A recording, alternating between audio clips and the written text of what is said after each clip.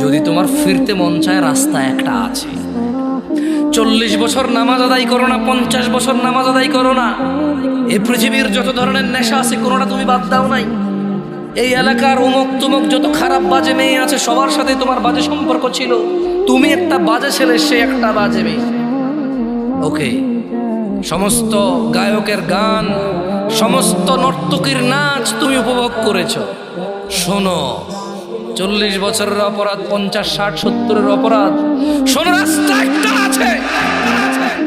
তিনি সুবহানাহু ওয়া তাআলা বলছেন এই পৃথিবীর, এটা শুধু মুসলমানদের জন্য না, কিন্তু এটা শুধু মুসলমানদের জন্য না, এই পৃথিবীর সবার সব অপরাধীর জন্য। তিনি বলছেন ইল্লা মান তাব,